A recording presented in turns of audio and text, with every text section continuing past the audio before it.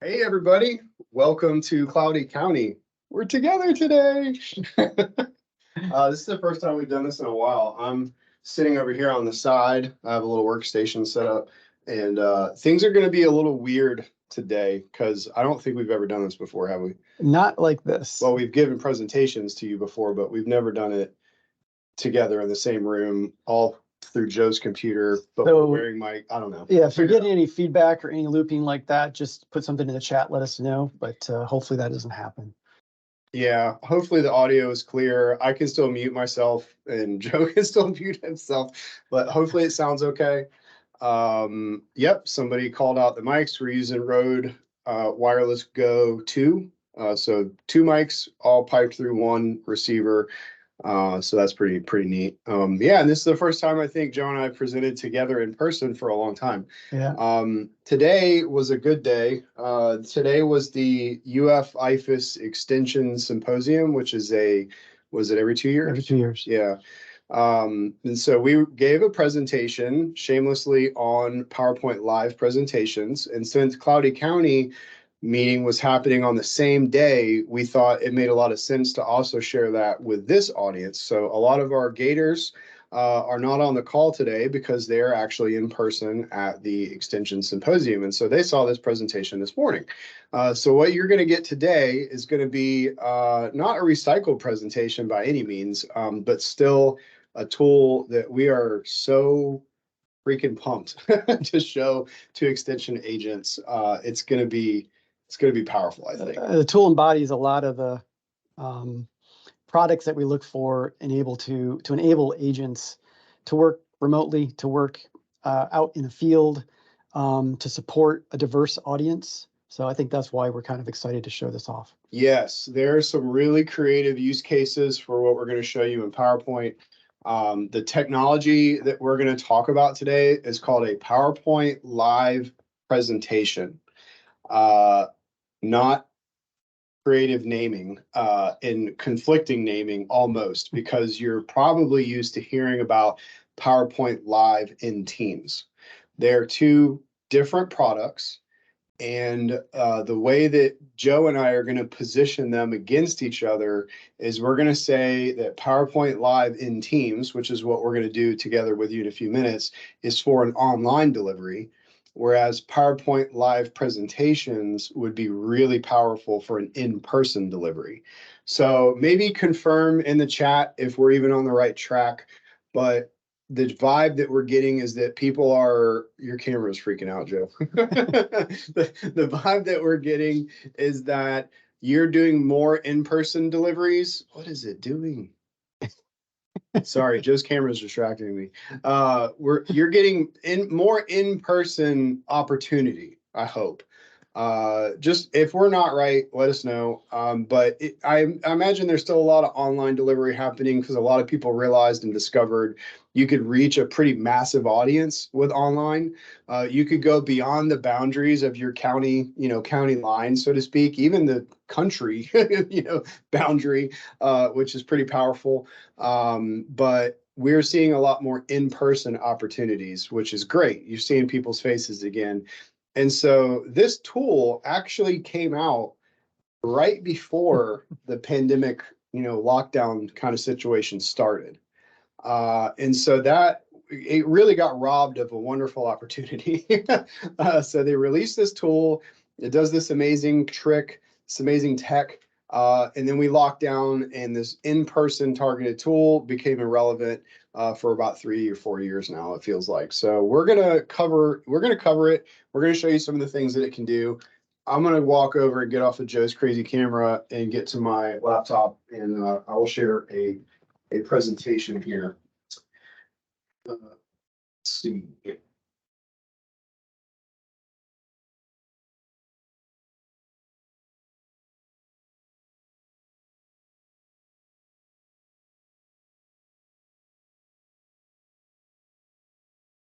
Okay, so I'm gonna go ahead and skip here, and then maybe I can even do this from Joe's computer with him. We'll see. So this is what we did for our in-person audience. We asked our audience to raise their hand and just kind of confirm if any of these things have ever applied to you. Have you ever presented to a multilingual audience before? Have you ever had to present in a room where the AV equipment was not the best? I know agents are often surprised. They walk into a room and find out there is no projector or something like that, perhaps. Have you ever been in a presentation where you didn't have a great seat and it was difficult to see the presentation because it was on a small projector, kind of related to the bad AV equipment? Maybe it's an undersized projector for the room that you were in. Joe and I have a lot of experience with extension agents and how scrappy you are, and you will show up to a hotel and have everybody bring a projector from their county extension office and throw them all on a table and try to make an event happen. We've seen you do it. Have you ever wished that you could go back a slide from where the presenter currently is? Maybe they were talking about a particular topic on a slide. They talked pretty quick. They advanced to the next slide and you didn't fully get it and you wanted to go back and see it again. Or maybe there was a graphic that you were studying and they went ahead and skipped past where you were. And also, kind of like we're used to this from a Teams and online meeting perspective, giving feedback. There's meeting reactions. Have you ever thought about getting reactions from people live? Sometimes you can read the room, look at faces and get an idea if people are nodding when you ask a question. But what about something a little bit more personal than that, a little bit more interactive than that? Or maybe even trackable. Or trackable. That's a good point. Mm-hmm. Yeah. So we're going to show you PowerPoint live presentations. This tool does all of those things for your in-person deliveries. There's a couple things that you have to have in place though. This is a online only tool, meaning you have to have access to the internet and the file must be stored in the cloud. So it needs to be in your OneDrive or it needs to be in a Teams location. Basically, you need to be able to get to the presentation in your web browser from office.com. And I should have backed up a little bit, Joe, because what we're going to try to do today is we're going to try to show you a tool that's really, really geared towards in-person presentations, but we're going to show it to you first, and then we're going to come out of this and we're going to actually fire up a PowerPoint live presentation. And hopefully you've got a smartphone or something nearby. You can use that to actually join a presentation we're going to start so you can see what this would look like from the audience's perspective. So again, you must use PowerPoint online. It's going to be in your browser. So you're going to be running PowerPoint in your browser and you're going to start at office.com. And you must have a microphone for transcription. So this is going to do some transcription tricks. All right, so getting started, we're going to head to office.com. You're going to locate a PowerPoint deck that you have already worked on. It's already in the cloud. And when you open that PowerPoint deck on the slideshow tab, you're going to see that you have an option here called Present Live. Now, an important thing is next to Present Live is this little caret right here. So that caret is going to drop down and let you select the audience who is allowed to tune into your presentation. So think about this like a broadcast. We're doing a broadcast. Who are we going to allow to tune into our broadcast? By default, PowerPoint Live, for whatever reason, is set to only allow people from within your organization. So what this is going to do is if you're at a high school giving a presentation to your county, citizens, they're going to scan the code and it's going to ask them to sign in, and that's not going to work.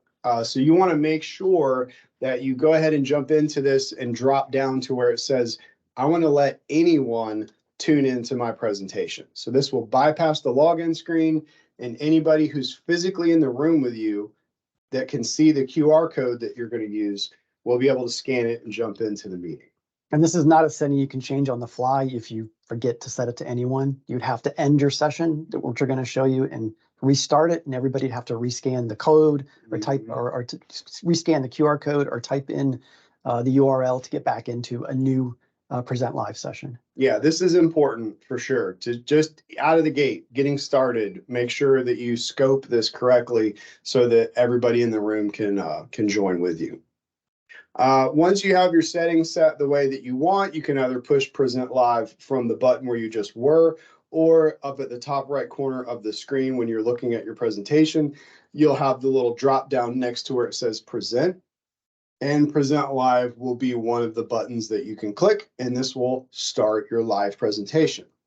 When you start your live presentation for the first time, you're going to be brought to the welcome screen. So nobody scan this, okay? Don't scan this one. Yeah, don't scan this. This is a screenshot from a presentation we did like a year ago.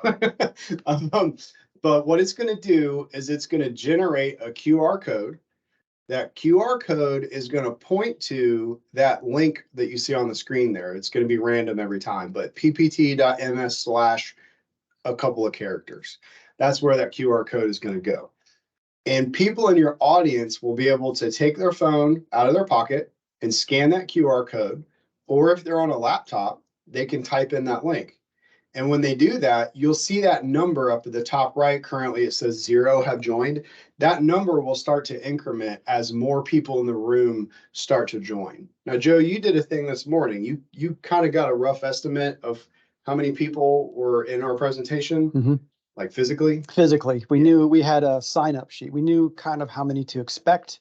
So we kind of judge how many in the room were following along with us at the same time, which is nice to see. And I think everybody at the very beginning was able to get on and join the session live. Yeah. So if we had 40 people in the room and we're here on the QR code and we see 38 people have jumped in, we know we're pretty good, and we can go ahead and get started. The good news is you can always get back to this. So if let's say you break for lunch, right? You break for lunch, everybody comes back, they want to get back into the presentation. You will have the capability to pull this QR code up again at any point that you have during the presentation. And the link where it says join the session, ppt.ms, that link will stay up at the top of the slide. So if somebody maybe walks in late or something like that, or gets disconnected for some reason, all they have to do to rejoin is open a browser on any device and type in that link, and it will jump back into the live session. So you're going to be running your presentation in PowerPoint online. So your whole PowerPoint is going to be funneled through your web browser. So this means that the controls are going to look a little bit different. You're not going to get your presenter view that you're used to. Your slides might look a little bit different, which we'll talk about. But most importantly, all of the controls that you're using are going to be down at the bottom left corner of the screen. So there's a whole menu down there that you need to get into. Let me see if I can get the laser here. So this little radar looking thing that's right here, that radar thing is the session management. So this is where you could toggle a few things on and off. You see, you can copy the link to your session, and most importantly, show the welcome screen again. So this is the thing where, like I said, you come back from lunch, you want to let everybody jump back in. You could be on slide 45. And you could say, show the welcome screen again. And it's not going to restart your presentation. That's probably really important thing to point out. It's not going to take you all the way back to the beginning. This does not like replace slide 1 in your presentation. It's just a screen that you can pull up as needed so that people can join. What's going on here, Joe?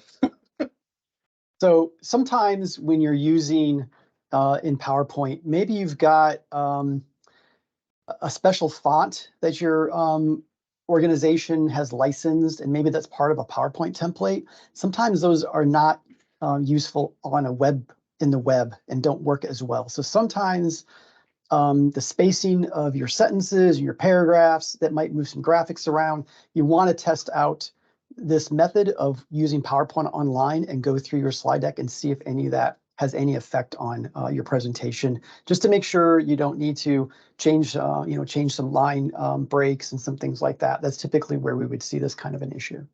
And animations, they get tricky, Yeah, your super fancy animations might not come through because it has to work inside of a web browser. So not as many things are yet available with respect to your animations and transitions that you get in the full desktop app.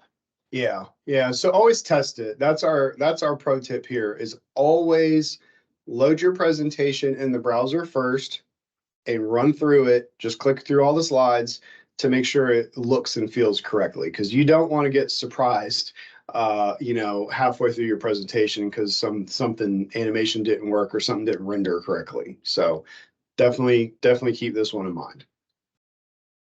All right, so let's talk about what's going to happen on the attendee side. So we've shown you how to kick off your presentation. Your QR code has been up for a few minutes, and 38 people out of 40 have jumped into the session that you're doing in person. So let's see what happens. They're going to get a stream of your slides to their phone. So that right there, well, I'll just stop with that. That's amazing. Because remember when we asked a bunch of those questions in the beginning, we talked about poor AV equipment. We talked about a poor seat. You're in the back. Maybe you have a vision impairment, right? You can scan this QR code and you're going to get a copy of whatever slide the presenter is on your own phone. So now everyone has a front row seat to the content, no matter if there's a projector or not. So one thing I want to, Joe, I'm going to go off the rails here for a second. One thing that kind of came up in our ideas of how extension agents could use this is I've heard from a lot of you, and especially at the AMPIC in West Palm, I had tons of people come up and ask about using a projector in a field for a field demonstration. And I'm going to tell you right now, there are not many projectors that exist that are bright enough to fight the sun. I mean, think about it. The brightest thing we have is the sun. You're not going to compete, at least not for an affordable dollar figure. The other thing is, it's difficult, like to get an easy up or something like that, and try to rig up some sort of system where you could have a projector or cart out an LCD screen with a generator or something like that. It likes me, Joe. Your camera's. So we propose this idea to you. If you have a hotspot, or you can turn your phone into a hotspot, you have a laptop, and people in the audience have a smartphone, or maybe your office has a couple of tablets that you can take with you. You could start a live presentation on your laptop, pull up the QR code, have all the people in the audience, have all the people in the field scan it, and you're all standing around the back of an F-150 and you're giving a presentation and everybody can see your slides on their screen and you had no projector required. You're beaming the presentation out and you're using everyone's screen that they already have in their pocket as your AV equipment. That's a pretty powerful use case, and we haven't even shown you anything else yet.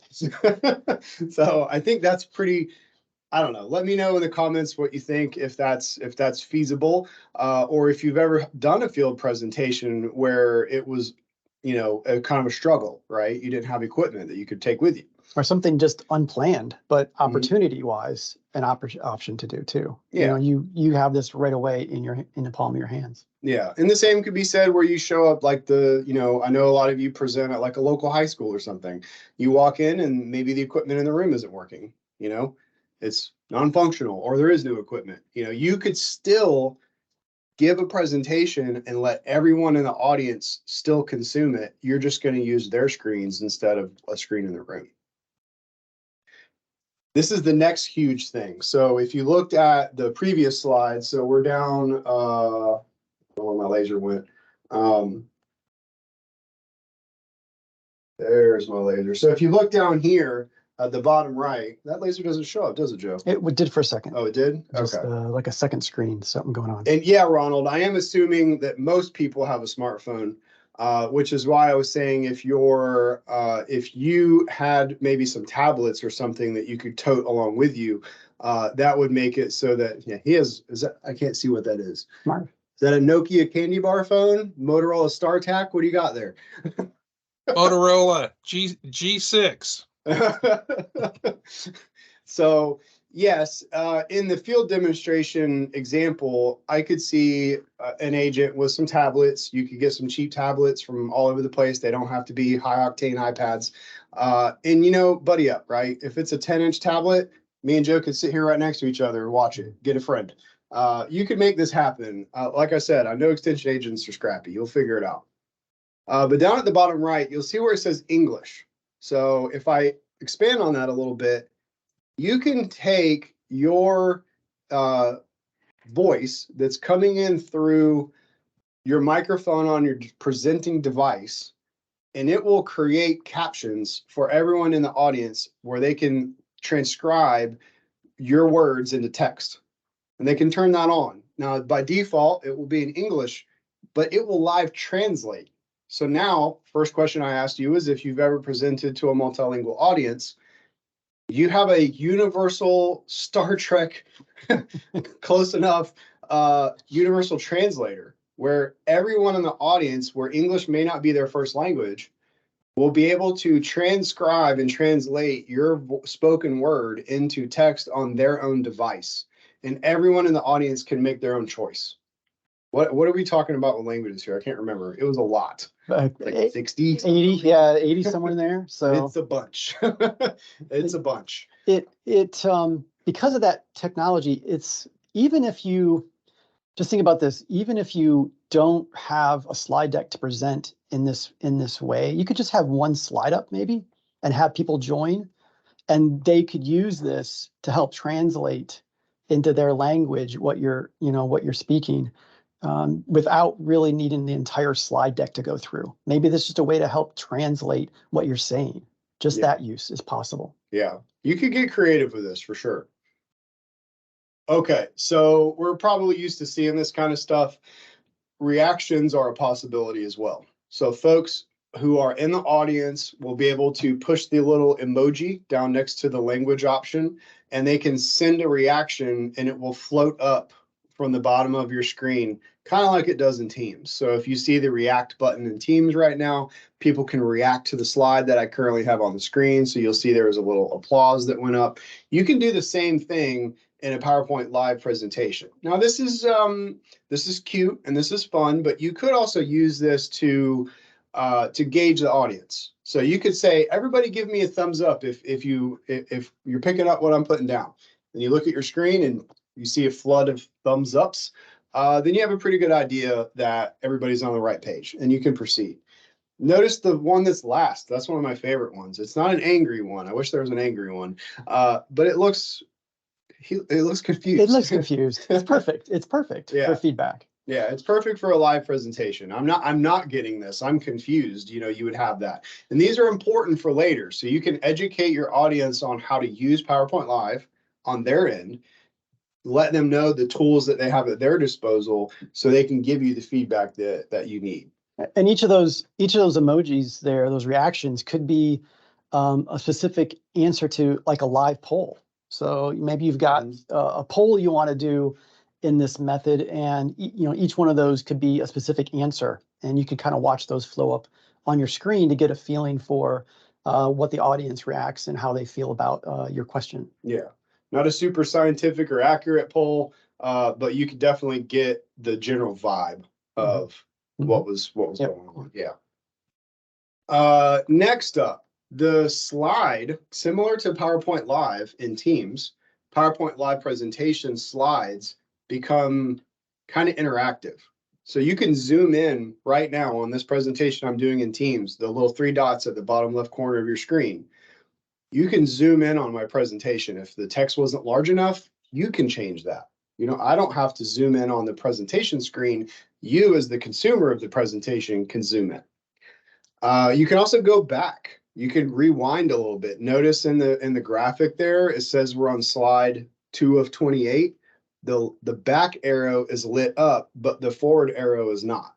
So anybody in the presentation will be able to back up, but they can't go past where you're currently at and skip ahead.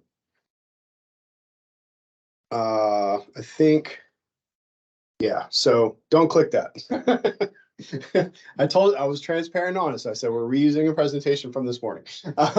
So the thing that matters here, don't click this link, but the idea that we were trying to get across here is hyperlinks that you put on your slide are now clickable by the people in the audience. So I saw a question in the chat about gathering questions. You know, it's not a proper Q&A platform. However, you could create a hyperlink every 5 slides or 10 slides or something that goes to something like a Microsoft form. We talked to you about forms for like 4 months straight. So hopefully everybody's got a pretty good handle on forms. But you could create a Microsoft form for your particular presentation and make a hyperlink to it, or a hyperlink and a QR code. And since forms is live updated, you would get those questions. You can even pull your phone out of your pocket and have your phone sitting on the results page, right? And so your phone's looking at the results page as people are submitting questions, and you could look at them on your phone and decide which ones you want to take and ask. Another really good use case for interactive hyperlinks is you all have to collect data, right? All these agents are reporting all the time. Yep. Demographics and locations, types of programs that you have. So this is another opportunity, because you have an easy way to help the user access one of your data collection techniques by this active hyperlink, is have an online demographics survey under one of these hyperlinks, and they immediately are able to jump in and get some of that data collected for you live while you're running the presentation. The sooner you can probably capture them while they're active and engaged, better chance you're going to get good data and enough data from your attendees. Yeah. So you're putting your attendees literally one click away from entering the data that you're trying to collect. So that's a really big benefit here. Sorry, Joe, your camera is just really freaking me out. All right, moving on. Let's talk about what to do when you're done with your presentation. How do we end this live session, and why is it important to end it properly? So when you're done with your presentation, don't just shut the lid on your laptop or pull the plug out of the computer. You're going to want to go down to the bottom left corner of the screen, or when you hit the very last slide in your presentation, hit the escape key, and you're going to see that little yellow bar where it says your live presentation is currently paused. And you can either resume it or you can end it. And when you end it, it will confirm and it will say, are you sure? Are you sure you want to end it? Because the QR code and the link that you had aren't going to work anymore once you do this. But why this is important is once you properly end the session, the recipients, the people out in the audience, if they still are tuning in on their mobile, it's going to immediately pop up this survey. This is a non-customizable survey. I'm sorry.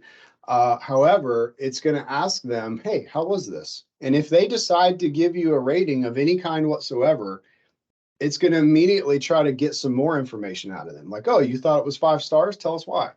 How was their slide design? How was the content in the slides? How well of a speaker were they?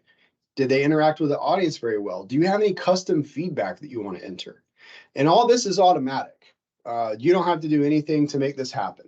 Now, this is all secretly powered by Microsoft Forms. So you will get this data. It will show up in your forms in forms.office.com.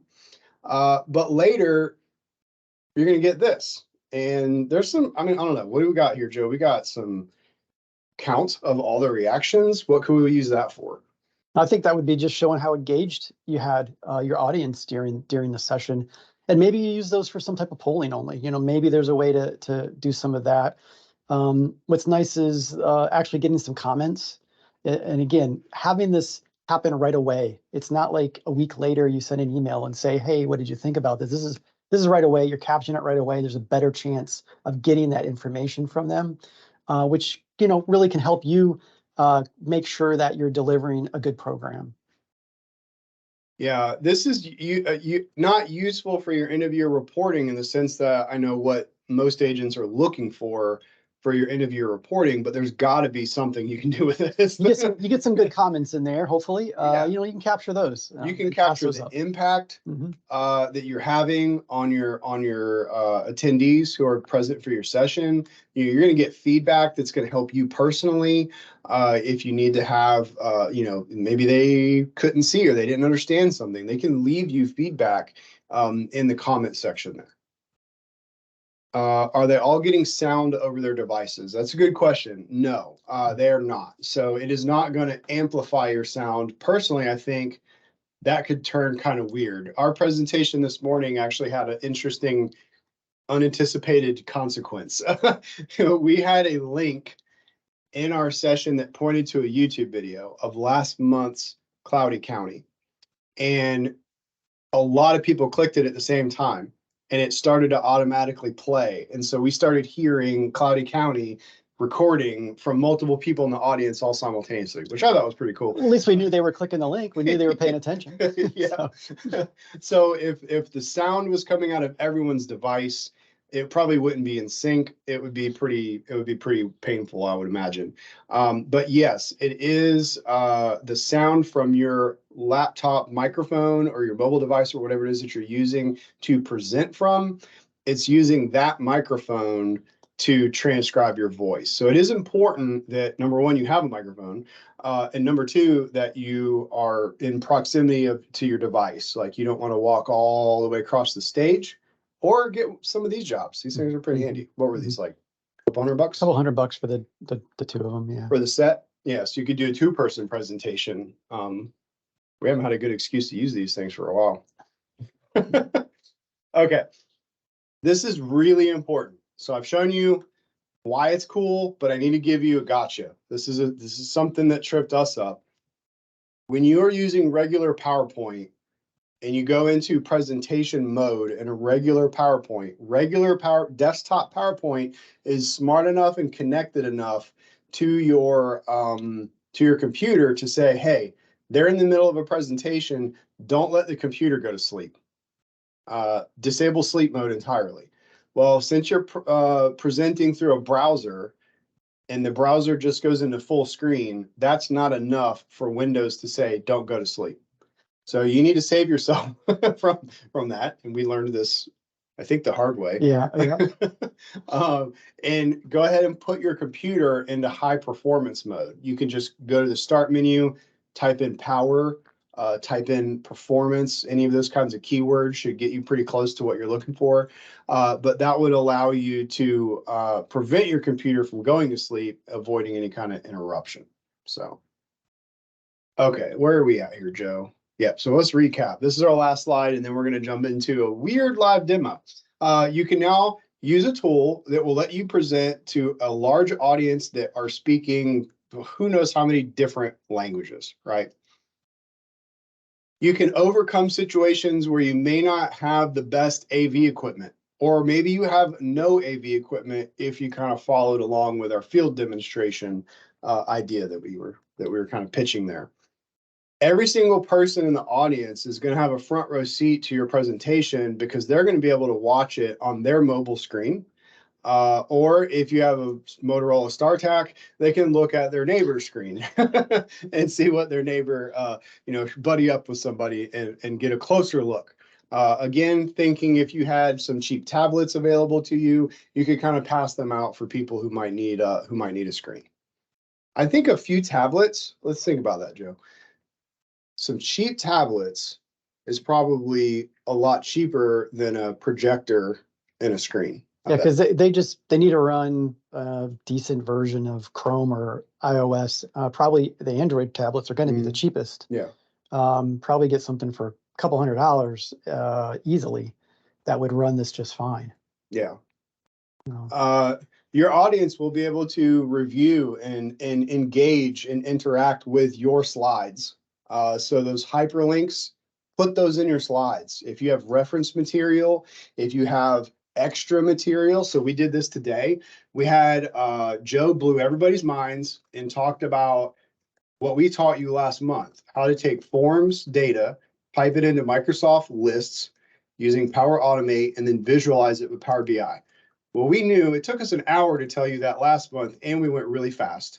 So we knew we couldn't tell them everything. So we had a big link, hyperlink, that we just said, if you want to know about more, how to do that, click the link on your screen, and it took them all to that video so they could use it and save it, watch it later. Drive people to your surveys, drive people to questionnaires, drive people to, like I said, more reference material. This is going to lead to a more engaged audience. If the audience isn't just sitting there watching, they're actually kind of a part of the presentation. This is going to lead to a more engagement with your learners that are in the room with you. And you're going to get some pretty good feedback. You're going to get the live feedback, which we talked about some use cases here where it's nice to gauge the room based on the reactions that are coming up. And I don't know if I mentioned this, but did I say you could turn it off? Mm-hmm. The feedback. You don't have to receive the reactions and that. Yeah, the live you can stuff. turn that off. Yeah. So you can disable that, which means if you don't want that, if you find it distracting, you can turn that off. So don't feel like it's going to be looking like a Facebook live stream.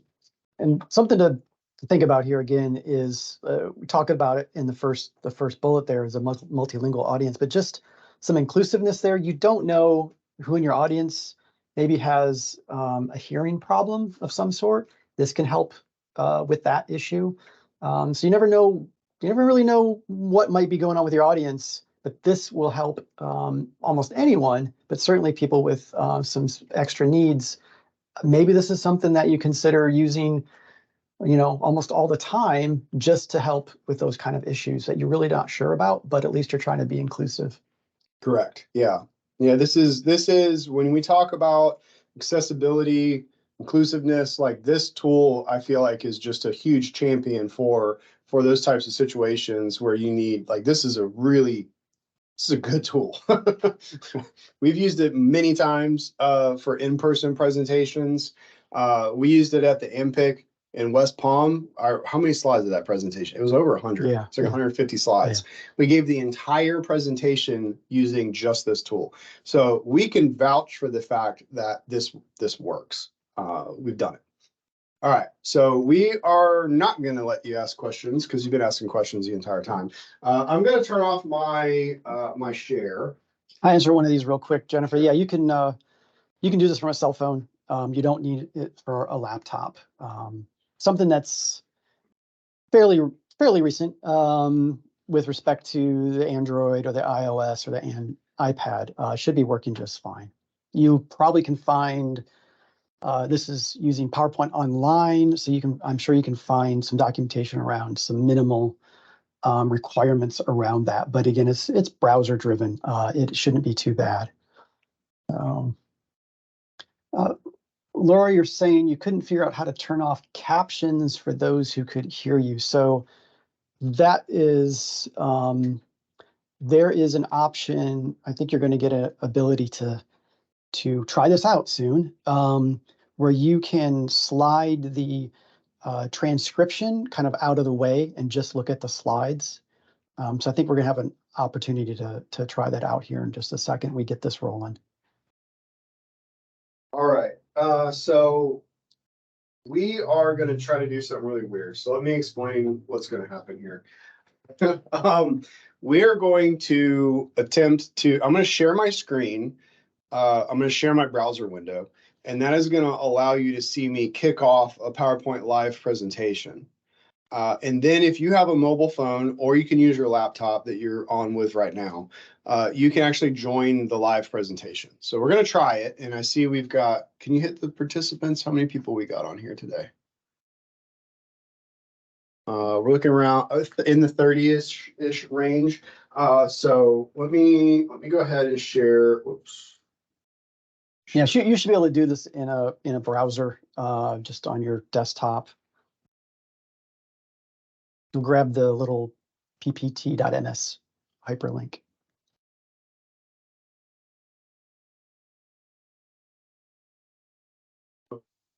Okay, so that's coming through. Thankfully, I can see on Joe's screen. Okay, so this is the presentation that we just showed you in PowerPoint Live. And I'm going to pull this up in PowerPoint Live in the browser. Now, the one thing I won't be able to do, maybe I'm thinking, is the transcription, because my mic is turned off. But Mhm. we'll see. We'll see how it goes. So I'm gonna go to slideshow and present live. Remember, this is the carrot that I told you about. That's really important. If you're gonna make it into my presentation, I need to make sure to switch this to anyone. Once I do that, I can either click present live here, or I can do it, I thought I had it up at the top. Yeah, present here. You can also do present live. Now you're in the full app, but you could be doing this right from the browser. I'm in the browser. This is the browser? Yeah. Sorry. Yep. Yes, I see a little waffle up there. Joe's making me question Sorry. myself. We had a question about that. Yeah, I'm sorry. Yeah, this is fully, but you could launch it from the desktop app too. To get started. You can't do present live from desktop. So that's an important thing to call out. To jump from it. Okay. Yeah, you have to initiate this from your browser. And I saw, I think Jackie say in the chat, kind of called that out, that yes, this does require internet access. So this is an online presentation in the sense that it requires internet in order for you to initiate this. So when I push present live, my screen's going to go full screen. Now, this is going to, oh, yeah, let me go ahead and allow my mic. Let's see what happens.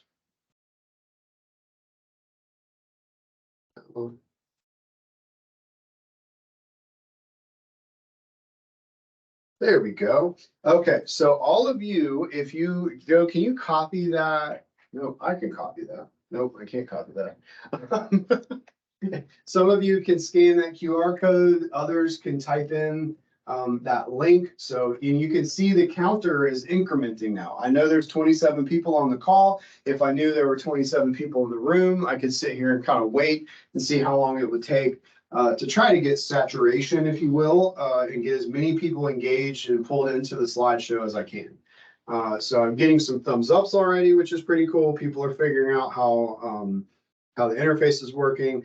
I'm gonna, in the interest of time, I'm gonna go ahead and click show slides.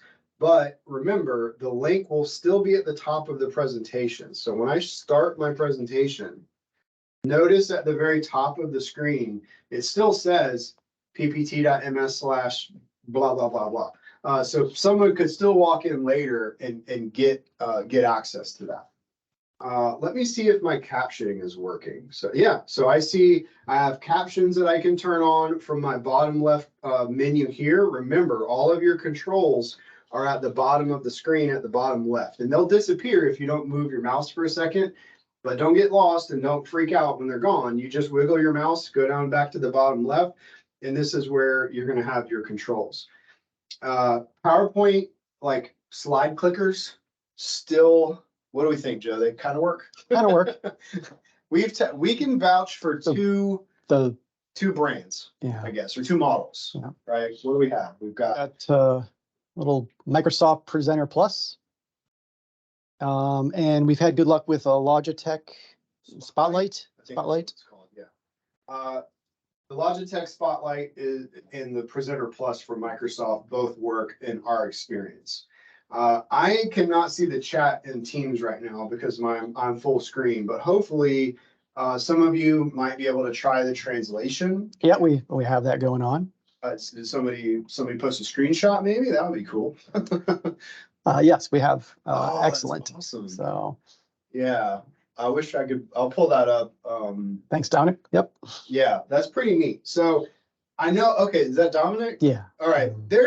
I wonder. I think he asked us this before. I'm wondering about some specific languages out there that might not be included. Because I know there were some tribal languages that might not be in the system yet. Yeah.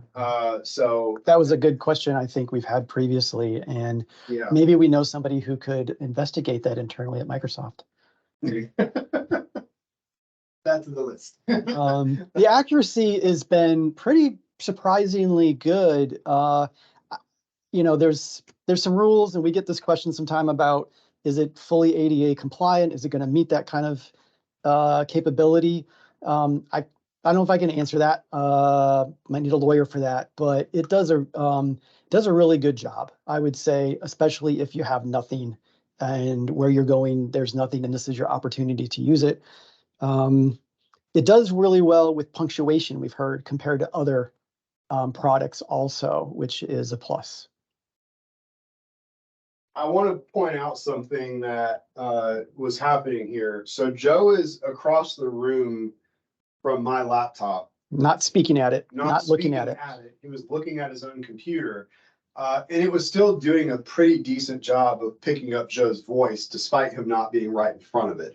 So you will have some mobility. You will have some capability to walk around on stage. So don't feel tethered to your computer. But I thought that was pretty good. I'm on a Surface laptop, so if anybody's curious, shocker there, right? um, so let's say we needed to get back to that welcome slide. So let me go back to our little command center down here. I could turn off captions on my side if I wanted to. I could turn them right back on there.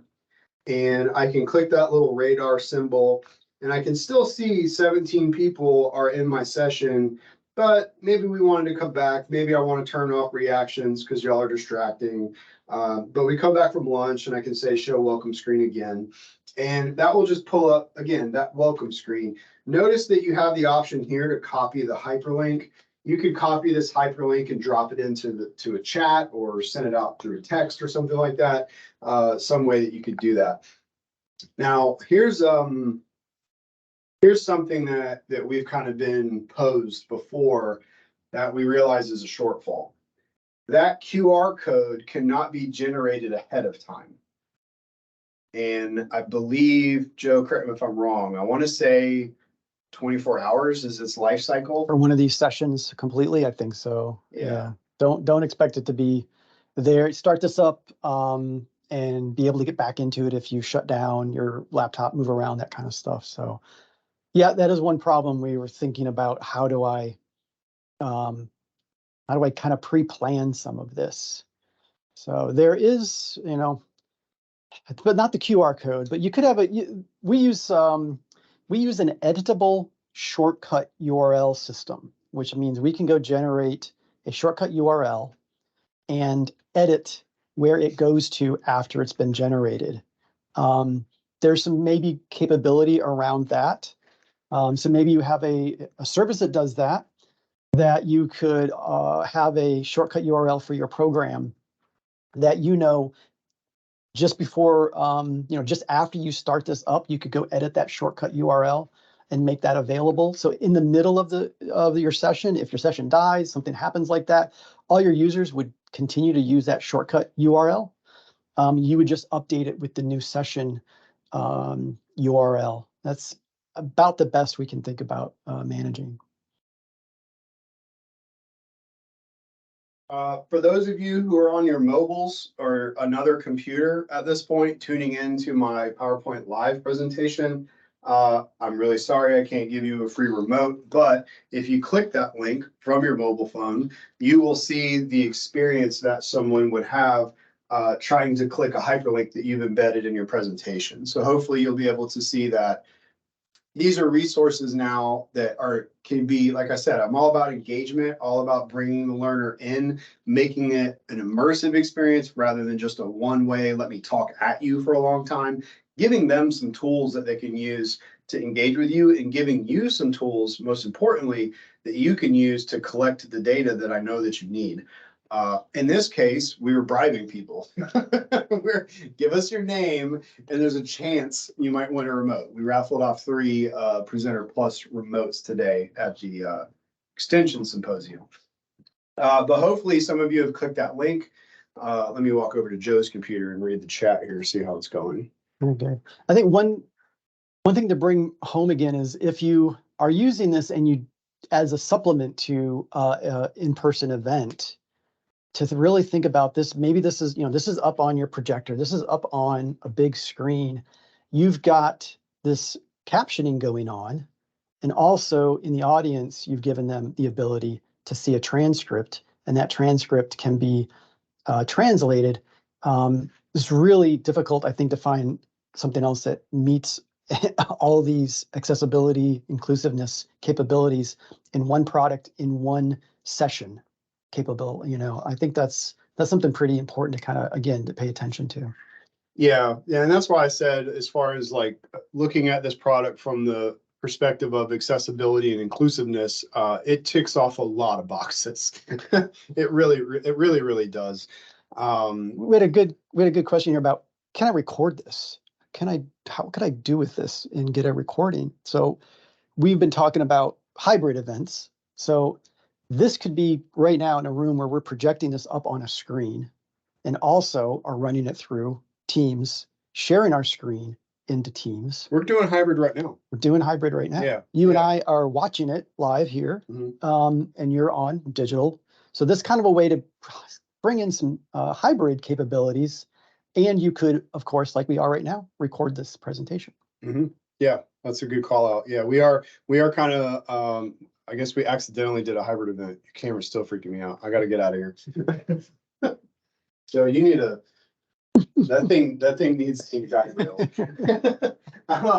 Okay, so I'm going to end this presentation because hopefully y'all are still tuned in. I see 14 of you are still tuned in. So what I'm gonna, we're back to 14. 17, look at that, awesome. So I'm gonna end the presentation. So again, from bottom left, I'm gonna click end session. Are you sure you want to end it? Yes, I'm sure. And so when I end it, and then I need to tell, there we go. So I'm out, and then I will stop my screen share as well.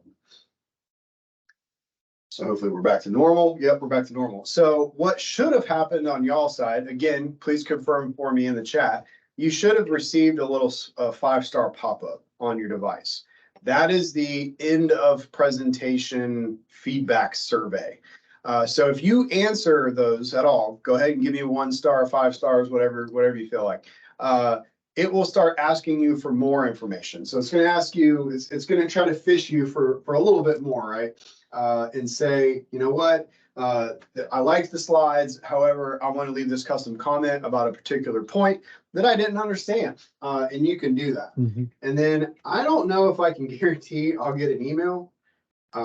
But what's supposed to happen is some amount of time later, you will receive a summary email of all of those reactions and an aggregated report of your overall average, I guess, performance, if you will, based off of that survey. And you will get a list of all of the custom comments or the comments that people left. I think that's just so cool. Joe's got a picture, actually, he can feed to you into the chat that I think is pretty awesome. And I do want to pull that up on the screen share for the recording.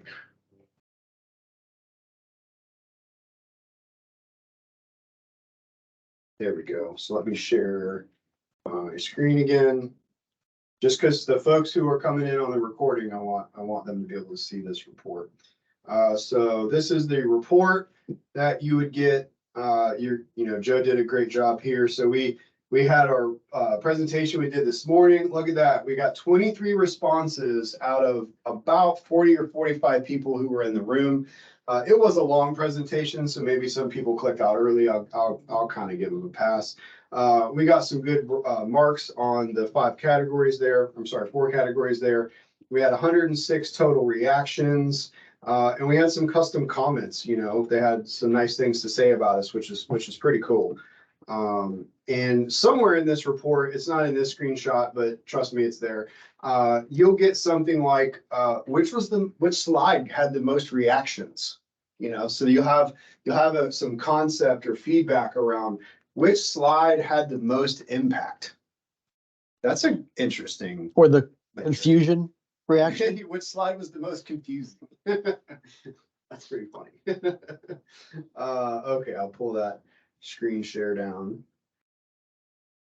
And Joe, I don't know if your camera's locked up on everybody's side, but it's pretty hung on my side. So I see a few comments here. Translation was fairly quick. I saw somebody say that the Japanese was accurate. Ronald, was that you? Where's he at here?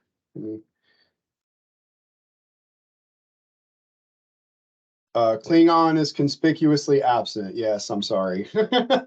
Can't get it in other of their services, but yeah, Japanese was impressive. Okay, that's cool. I think that's really neat. Yeah. Yeah, Klingon is like an inside joke. Some Microsoft products can transcribe and translate into Klingon. So, um, Matt had asked about audience polling and get results in slide in real time, almost, but no. So Joe and I did this morning actually. So because this is browser based, you could open up another tab or another window to a Microsoft Forms form that you've already created. The results page of a Microsoft Forms form is live updated. So you have your hyperlink in your presentation, your hyperlink, you let that simmer for a minute, people are clicking it, and then you can just alt tab into the results page that you already had open, and that would be live updated, and then you could just alt tab right back into your slides. We even went one step further, and again, we've talked to you for 4 months straight about forms. We had the Excel file open, and we were able to show like, boom, here's all the names coming in into Excel, and show how even the Excel document is live. And I want to go back to the thing I said earlier. Let me grab my phone. So you could have your Q&A form embedded in your presentation, and you could, as the presenter, you could pull this up on, why'd you turn the camera off? Messing with me. You could pull the results page up on your phone, and you could be monitoring the Q&A through your secondary device and seeing the questions coming in from the audience and give them one form to fill out and just periodically look at it. And that way you would get even more engagement through that hyperlink capability with the audience. Yeah, Andrew's right. PowerPoint to Forms to Excel to Power BI. Everything talks to each other. That's the beauty of this.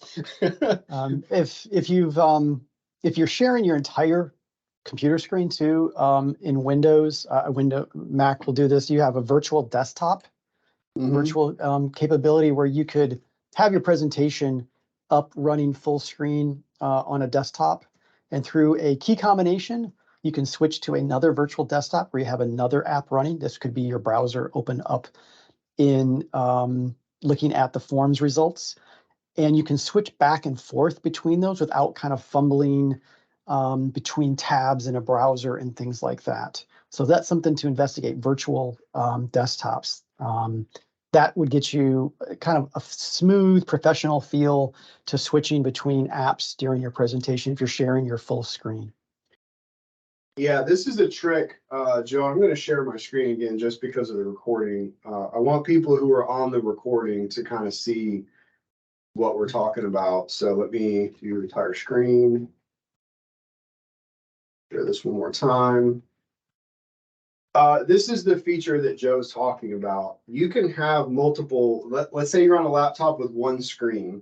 You can have multiple screens, multiple desktops, multiple wallpapers, if you will, however you want to call that.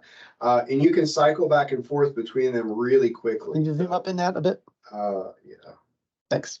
So we've got create multiple desktops. You can hit task view. You can hit the Windows key plus the tab key to create a desktop. And then once you have multiple desktops created, if you hold Control and the Windows key and then use the left and right arrow, you can cycle back and forth between them really, really quickly. So have your forms form pulled up on desktop number 2. Have your PowerPoint running on desktop number 1, and then it's a simple Control Windows left and right to cycle back and forth between them really quickly. And I can tell you, it's so smooth that people in the audience won't even know what you just did. You're not fumbling around hunting for a minimized window. You just Control Windows back and forth between them, and nobody will ever know. That's it. That is a really good tip from hopefully a takeaway from this for everybody. Yeah, Gregory had a good call out there, maybe having different desktops to keep it straight. Joe and I have done presentations with 5 and 6 virtual desktops where we're cycling back and forth between lots of things that we wanted to show. And we pre-staged them all. And then during our presentation, we just kind of knew where to jump to. Yeah. So. All right, well, we hit an hour, so we'll kill the recording, but we'll still hang out and answer some questions if you've got questions. I really hope we did a good enough job of explaining why we feel like this is a really useful tool, especially for an extension agent or extension educator. This is an in-person tool that it's just phenomenal. It's just, there's, like Joe said, there's nothing else out there like this. And there's certainly nothing else out there like this that's free that you already own. So keep that in mind. You already have access to this. So give it a try, play around with it at home, pull up a presentation, scan it with your phone, see how it looks. You know, I think it'd be a lot of fun. And Joe's camera really likes me today. It keeps zooming in on me. So I'm just a little too quiet. yeah. Very good. We're gonna kill the recording. Like I said, we'll hang out. If you're watching the recording, thank you so much. If you were with us today in person, thank you. If you're with us today virtually, also thank you. We love y'all.